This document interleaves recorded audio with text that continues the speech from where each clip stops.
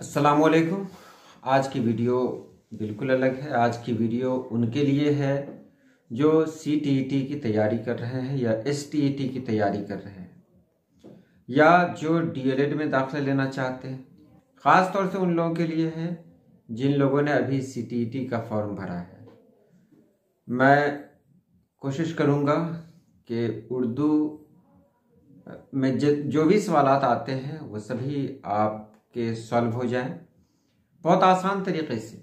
और ये वीडियो सिर्फ़ और सिर्फ आपको CTET में ही काम नहीं देगी, बल्कि इसके बाद भी अल्लाह करे आप उस्ताद बन जाए, तो अगर आप टीचर बन गए तो बाद में भी ये वीडियो काम आती रहेगी। चलिए हम वीडियो शुरू करते हैं।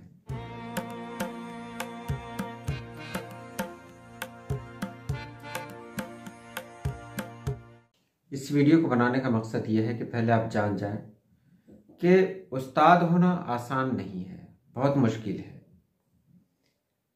और कहा भी गया है कि सबक पढ़कर पढ़ा देना हुनर है आम लोगों का, जो दिल से दिल जलाते हैं वही उस्ताद होते हैं। उस्ताद वही होते हैं जो दिल से इस काम को पूरा करें, क्योंकि ये बहुत ही मुक़द्दस फरीज़ा है। एक ऐसा काम आपके हवाले किया जा रहा है जो मैं कह सकता हूं कि दुनिया का सबसे मुक़द्दस काम है। ये आप एक उस्ताद हैं, आप नई नस्ल की आबियारी कर रहे हैं, आप समाज को कुछ नया देने जा रहे हैं, आप समाज की बुनियाद रखने जा रहे हैं। इसलिए यहाँ पर काम दो तरीके से किया जा सकता है। एक है कि आपका शोबा है, शोबे से डर कर खौफ खाकर आप कुछ काम करते हैं, और एक ये है कि आप दिल से ऐसा चाहते हैं। तो दूसरा सही है, आपको खुद ही इसकी तरफ राग़िब होना होगा और आप दिल से ये काम करेंगे। आप जिस काम को करें, जो भी काम करें, आप वो दिल से करें, बस मेरा यही मानना है। एक उस्ताद होने के नाते मैं कुछ बातें अपनी तरफ से भी कहूँगा और बहुत सारी बातें ऐसे भी होंगी जो आपके सवालात में पूछे जाएंगे। जैसे एक सवाल मैं बता रहा हूँ, जो मैं बताने जा रहा हूँ उसमें यह है कि बच्चों को कौन कौन सी बीमारियां हो सकती हैं। आपने जाना है, जैसे डिसलेक्सिया है, कैलकुलिया है, वगैरह वगैरह। इसके बारे में तफसील से बात होगी। साथ ही पोर्टफोलियो क्या चीज़ है, इसके बारे में भी बात होगी। तो एक उस्ताद होने के नाते मैं यही कहूँगा कि अगर आप उस्ताद बनने का ख्वाब देख रहे हैं तो अल्लाह पाक यकीनन उस ख्वाब को पूरा करेगा। ऐसा नहीं है कि आप ख्वाब देख रहे हैं, मेहनत कर रहे हैं तो आपको मंजिल नहीं मिलेगी। ऐसा होता ही नहीं है, दुनिया का ये कानून ही नहीं है। अगर आपने ये ठान लिया है तो बस ठान लिया और आप मंजिल तक पहुंचेंगे। इसके लिए मैं पूरी तरह से मुतमईन हूँ। तो जब आप स्कूल में पहुंचते हैं, आपके सामने बहुत सारे बच्चे होते हैं। उन बच्चों के बारे में आपको जानना होता है। वो छोटे छोटे फूल हैं, उन फूलों के दरमियान आप अपने आप को रख कर देखें। ये भी सोचें कि वो बच्चे हैं जो माँ की गोद से सीधे स्कूल पहुंचे हैं। उन्हें घर में रहना चाहिए था, घर में रहते वो, लेकिन आखिर क्या वजह है कि माँ ने अपने जिगर के उस टुकड़े को आपके हवाले किया है। अगर आपने इतना जान लिया तो फिर यकीनन आगे कहने की जरूरत ही नहीं पड़ेगी। तो इसको जानने के लिए क्या होता है, सरकार के जरिया ये बताया गया है कि आपको पोर्टफोलियो बनाना है। तो यहां बात करते हैं सबसे पहले पोर्टफोलियो की। पोर्टफोलियो है क्या चीज? पोर्टफोलियो वो है जो बच्चों को इम्तिहान के बाद दिया जाता है। उसमें क्या क्या होता है? देखिए, एक चाइल्ड प्रोफाइल है, वो अलग चीज है। चाइल्ड प्रोफाइल है, वो स्कूल में रहता है और उसमें बच्चों के बारे में मुकम्मल तफसीलात दर्ज होती हैं कि बच्चा किस ख़ानदान से ताल्लुक़ रखता है, वालिद कौन है, वालदा कौन है, किस समाज का हिस्सा है, उसकी माली हालत क्या है, कब पैदा हुआ, वालिदैन कितने पढ़े लिखे हैं। ये सब कुछ उसके अंदर लिखा होता है कि वालिदैन क्या करते हैं, वगैरह वगैरह सब। लेकिन ये पोर्टफोलियो जो होता है, ये बच्चों को दिया जाता है इम्तिहान के बाद। उस पोर्टफोलियो में क्या होता है? तो उस पोर्टफोलियो में ज़ाती जानकारी होती है बच्चे की, बच्चे का नाम, बच्चे के वालिदैन का नाम, तारीख़ पैदाइश, पता, आधार नंबर, यही सब। ख़ानदानी जानकारी भी होती है, किस ख़ानदान से ताल्लुक़ रखता है, वालिदैन का नाम तो हुआ ही, किस ख़ानदान से ताल्लुक़ रखता है, ये सब होता है। तालीमी जानकारी, वो कितना आगे बढ़ चुका है, यानी उसका लेवल क्या है, उसका मेयार क्या है, कितना आगे गया, ग्राफ क्या है उसका, वो तरक्की कर रहा है या डाउन हो रहा है, यानी तनज़्ज़ुली की तरफ है, ये भी बताया जाता है उसमें। तहज़ीब व तमद्दुन की जानकारी भी उसके अंदर दी जाती है कि बच्चा किस चीज़ में आगे है, किस चीज़ में दिलचस्पी ले रहा है। जैसे अगर वो गाने का शौकीन है तो उसमें कितना कामयाब है, बहुत कुछ रहता है उसमें। खेल कूद की भी जानकारी होती है कि बच्चा खेलने में कितनी दिलचस्पी ले रहा है, क्या कर रहा है, क्या नहीं कर रहा है। साथ ही साथ तालिब इल्म की ख़ास कामयाबियों की जानकारी भी होती है और ये पोर्टफोलियो गार्जियन के हवाले किया जाता है। उनसे कहा जाता है कि आप दस्तखत करके इसे वापस कर दें। ये हमारे यहाँ का क्या कहें, अफसोसनाक यानी अलमिया है कि गार्जियन उसे पढ़ते नहीं, अपने बच्चों के बारे में ज़्यादा जानकारी लेते नहीं और वो सिग्नेचर करते हैं, बस फॉर्मेलिटी अदा करते हैं, उसे वापस कर देते हैं। तो ये बहरहाल पोर्टफोलियो के बारे में जानकारी रही। अब देखिए, हम जब स्कूल जाते हैं, हम मतलब आप, क्योंकि अभी हो सकता है आप ट्रेनिंग पीरियड में हो, स्कूल जाते हैं तो तरह तरह के बच्चे मिलते हैं। कभी उन बच्चों के बारे में सोचा कि ये बच्चे क्या सभी बच्चे एक तरह के हैं? सभी बच्चे एक तरह के नहीं हैं। उनका रहन सहन, उनका उनकी समाजी हैसियत, उनकी माशी हालत सबकी अलग अलग होती है।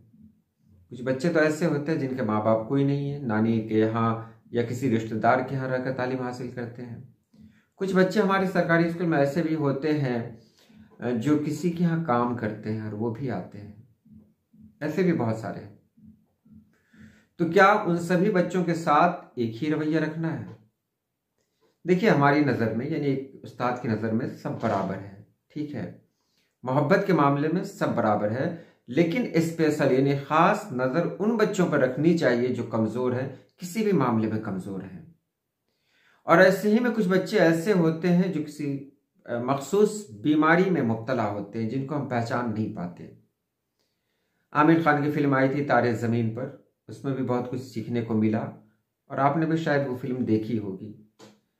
बहरहाल कौन कौन सी बीमारियां होती हैं वो पहले यहाँ मैं आपको बता दूं। सबसे पहले मैं नाम ले रहा हूँ डिसलेक्सिया का। इसको एलेक्सिया भी कहते हैं, यानी ये एक ऐसी बीमारी है, एक दुश्वारी है, इसको बीमारी कहना अच्छा नहीं लग रहा है, एक परेशानी है बच्चों के लिए, एक मसला है, मसला कहें इसको। ये एक ऐसा मसला है जिसमें बच्चों को पढ़ने में दुश्वारी होती है, यानी बच्चों को कहा जाए कि वो हरूफ को पढ़ें तो वो वहाँ कंफ्यूज्ड हो जाते हैं। जैसे वो फर्क नहीं कर पाते कि सीन कौन है, शीन कौन है, फेक कौन है, काफ कौन है, और दोनों काफ में भी फर्क नहीं कर पाते। ये एक मसला है, ये बीमारी नहीं है। बीमारी बच्चों को कौन सी बीमारी होगी? तो ये एक मसला है और हम समझ जाएं कि बच्चे के साथ अगर ये मसला है तो हम इस मसले को आसानी के साथ दूर कर सकते हैं। इसका नाम क्या है? डिसलेक्सिया, और इसी को एलेक्सिया कहते हैं। कोशिश करूंगा मैं ऐसी कोई उर्दू इस्तेमाल न करूं जो आपकी समझ में ना आए। उसके बाद दूसरा नाम है डिसकैलकुलिया, कैलकुलिया भी कहते हैं इसको, यानी ये एक ऐसा मसला है जो इल्म रियाजी से जुड़ा है, यानी हिसाब से, गणित, मैथ। उन बच्चों को मैथ पढ़ने, मैथ समझने में बहुत दुश्वारी होती है। डिसकैलकुलिया कि जो मतलब जिन बच्चों को डिसकैलकुलिया हो जाता है वो कैलकुलिया भी कहते हैं इसको। उनको बोल दें 5 और 4 कितना होता है तो वो समझ नहीं पाते। कैलकुलिया यानी कैलकुलेशन, कैलकुलेशन में उनके साथ मसला होता है कि वो सही से रियाजी को सॉल्व नहीं कर पाते, मैथ को सॉल्व नहीं कर पाते हैं वो, तो वो डिसकैलकुलिया कहलाता है। उसके बाद है डिसग्राफिया। डिसग्राफिया क्या है? अब डिसग्राफिया को अग्राफिया भी कहते हैं। डिसग्राफिया में इसका ताल्लुक होता है वो तहरीर से होता है। ग्राफिया ग्राफिक, इसी तरह जोड़ लें, ग्राफिक यानी कुछ लिखना, तो तहरीर से होता है। यानी बच्चे अगर इस मसले से दो चार होते हैं तो वो सही ढंग से लिख नहीं पाते, उनके हाथ में कलम थरथराने लगता है, या वो कुछ लिखते हैं तो वो तहरीर टेढ़ी मेढ़ी हो जाती है। तो वो क्या है, यहां आपने देख लिया डिस्ग्राफिया, अग्राफिया भी कहते हैं।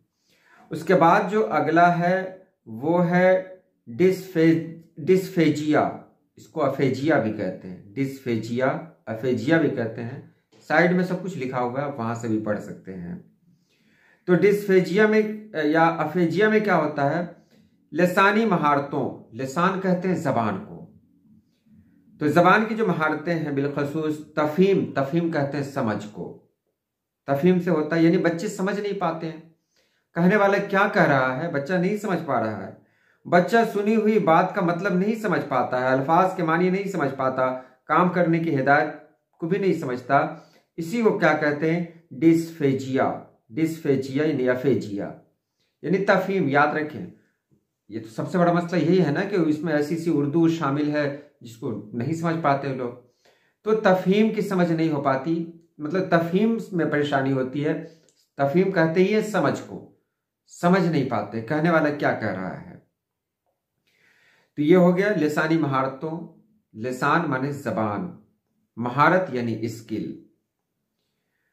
तो ये हो गया। उसके बाद है एप्रेक्सिया, एप्रेक्सिया को डिप्रेक्सिया भी कहते हैं। इसकी वजह से बच्चा उंगलियों, हाथों और आंखों के दरमियान रब्त कायम नहीं कर पाते, यानी बच्चे के अंदर मतलब एक ऐसी हालत हो जाती है बच्चों की कि वो उंगली, हाथ और आंखों के दरमियान वो रब्त कायम नहीं कर पाते, यानी उसके अंदर एक रब्त नहीं हो पाता, वो जो कम्युनिकेशन नहीं कर पाता है, वो देख कहीं रहा है, लिख कहीं रहा है, हाथ कहीं है और कॉपी उसकी कहीं है, और मतलब हाथ और उंगली में भी मतलब बैलेंस नहीं हो पाता है उसके, इसी को कहते हैं एपिडेक्सिया।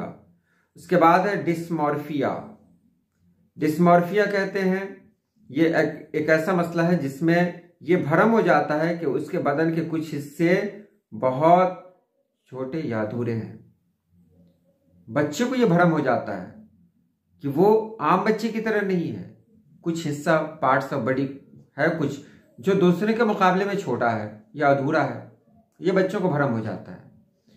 और ये भ्रम कौन पैदा करते हैं, दूसरे बच्चे जो साथी है ना वही पैदा करते हैं, वो कह कह के उसको, उस बच्चे के अंदर नाउमीदी ला देते हैं और वो बच्चा इस तरह के मसले से दुचार हो जाता है, तो वो डिस्मॉर्फिया है। उसके बाद है डिस्थेमिया, डिस्थेमिया जो है उसमें क्या होता है, बहुत खतरनाक हालत है ये, इसमें बच्चों के सीखने पर बहुत असर पड़ता है, आमोजिश पर यानी सीखने पर बहुत असर पड़ता है। बच्चा इतना नाउमीद हो जाता है कि वो हमेशा सुस्त रहता है, उसे ऐसा लगता है कि वो अब कुछ नहीं कर पाएगा, तो वो बेचारा बच्चा परेशान परेशान रहता है। तो ये सब जो मसले हुए बच्चों के साथ आने वाली जो दुश्वारियां हैं, इन दुश्वारियों को हमें समझना पड़ेगा, और समझते हुए तब हम अपना लाया अमल यानी अपनी प्लानिंग तैयार करेंगे, तब हम बेहतर से बेहतर कर सकते हैं। आज मैंने ऐसी ही वीडियो बनाई ताकि आप लोग ये समझ लें कि ये शुरुआत हो चुकी है। अगले दिन से सवालात पूछे जाएंगे आपसे, और इसके लिए आप तैयार रहें। सवालात मैंने तैयार कर लिए हैं और हर तरह के सवालात होंगे, आपको अच्छा भी लगेगा, तो आप सभी लोग तैयार रहें। कल से इंशाल्लाह हम लोग 7:30 या 8 बजे ऑनलाइन होंगे। तो आज के लिए इतना ही। अल्लाह पाक आप सभी लोगों को खुश रखे, आबाद रखे। अल्लाह हाफिज।